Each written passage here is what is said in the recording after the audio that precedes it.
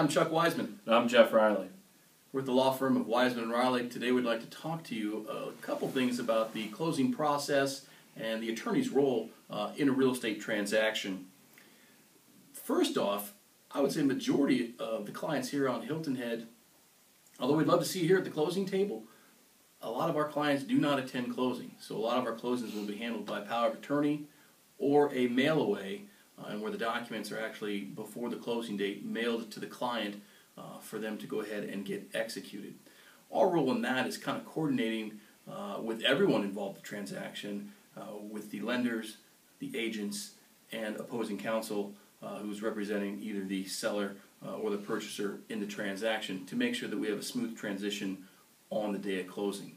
With the power of attorney closing, a document is prepared and sent ahead of the closing date to the client, and where they would execute, get notarized, and get back to us. And then an attorney would go ahead and execute those documents with the client's consent to get the transaction closed.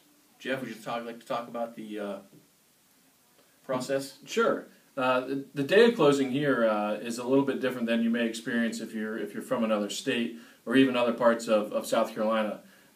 Here on Hilton Head, the way we generally handle closings is you as a purchaser would come into our office, sign documents generally in the morning. Once we get funded by you and by your lender, we would then contact the seller's attorney's office and exchange documents with them, wire funds. That usually takes a couple of hours. So when you walk out of my office, if you sign documents at 10 o'clock in the morning, you may not walk out of here with keys in your hand. You may need to wait 2 to 3 hours, sometimes towards the end of the day, depending on your lender delivering funds to us, before we're able to actually produce keys so you can move in. So one thing that a lot of clients really get frustrated about if they're not aware of the process is they may have a moving truck scheduled or a contractor ready to come into the home to do some repairs. We try and get them prepared not to have that necessarily scheduled for the day of closing, but at least the next day or 2 business days afterwards, just to make sure if anything goes wrong, if there's any delays,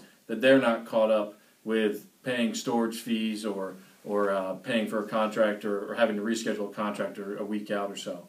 So that's a major thing that we do experience, where out of state just doesn't it doesn't happen that way. People are just used to getting keys on the day of closing. It happens on the day of, but just not when you walk out of my office in the morning time.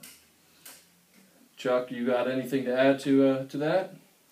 I just think our role is basically full service, and we monitor this transaction from the time we get the contract even to the time of the post-closing matters of making sure everything is recorded properly and everything was done correctly.